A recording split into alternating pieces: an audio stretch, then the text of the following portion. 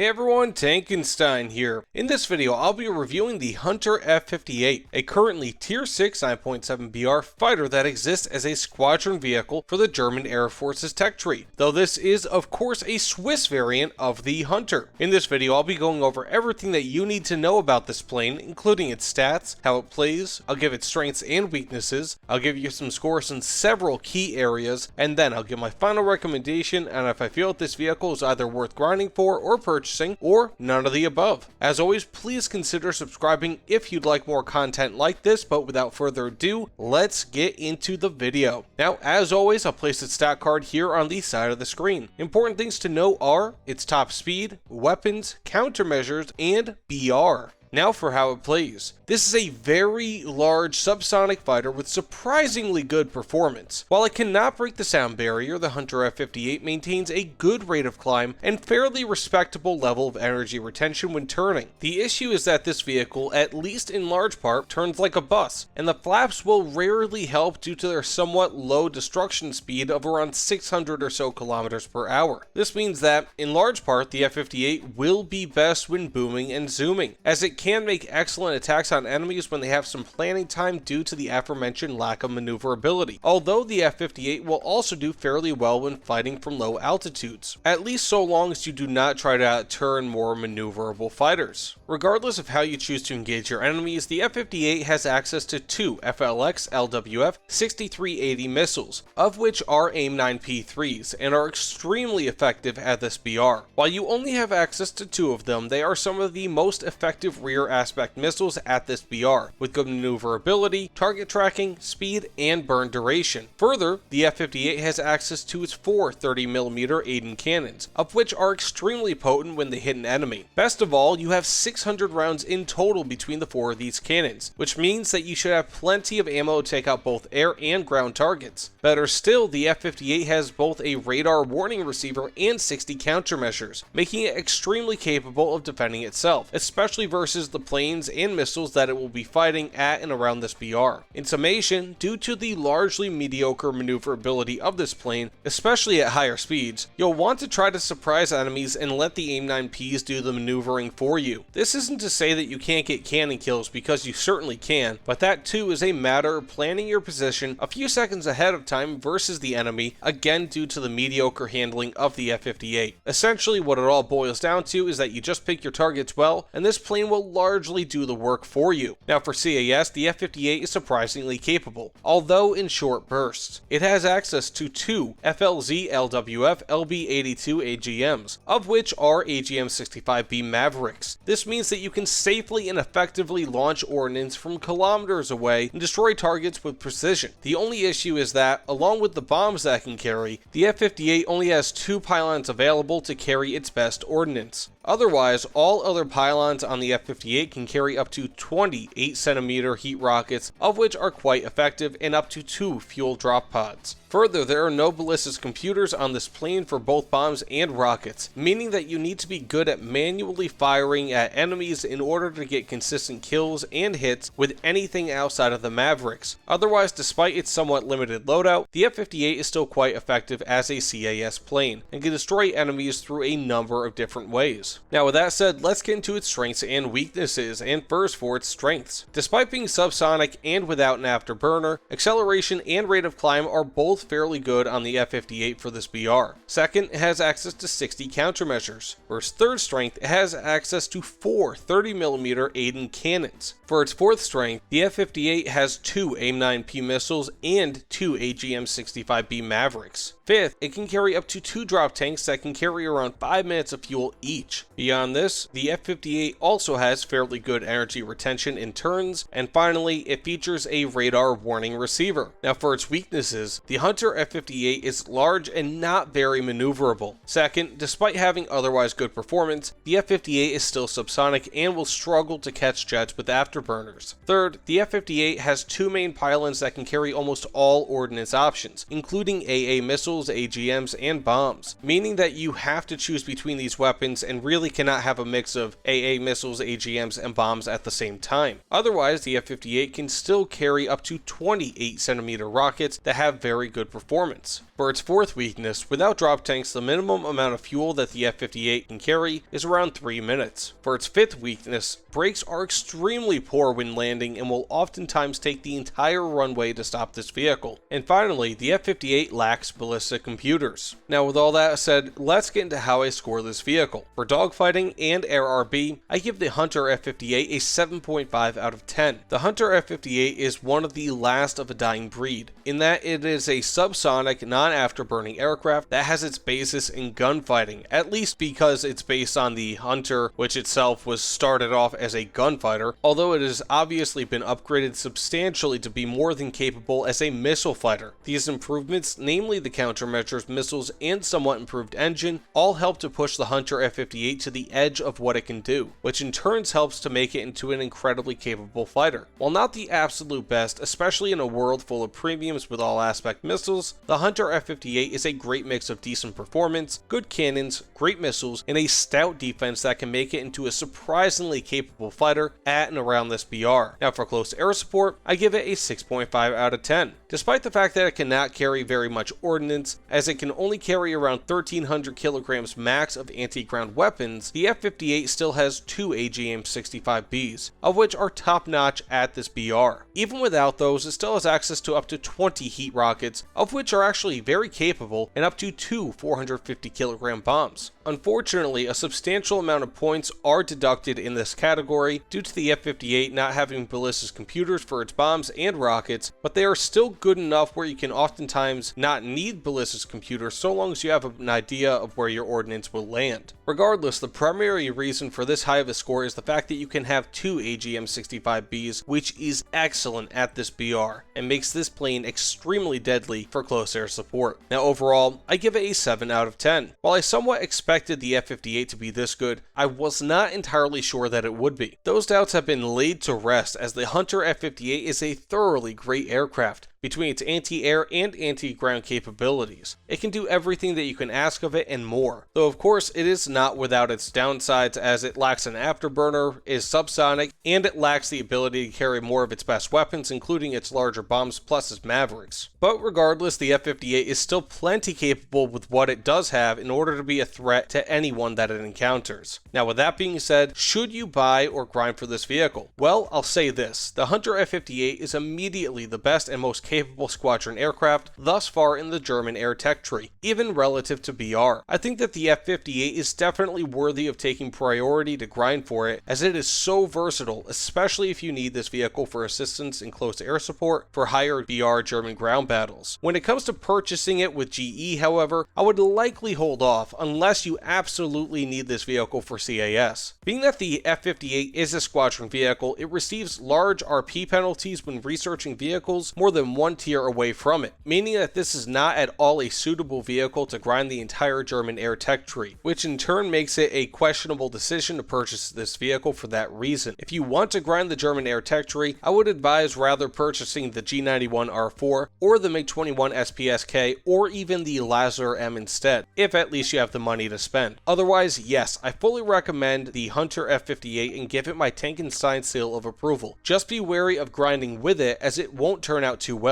Regardless though, this is likely the best and most well-rounded Hunter in all of War Thunder, at least as of yet. It is a definite must-have if you're grinding for this vehicle with Squadron points. Now with that said, thank you all so much for watching. Please let me know what you guys think about the Hunter F-58 and of this video in the comments below. Also, please consider subscribing if you like this sort of content, and also if you'd like, consider liking this video, because that always means the world to me. Either way, thanks again, and I'll see you all on the other side. Take care, everyone.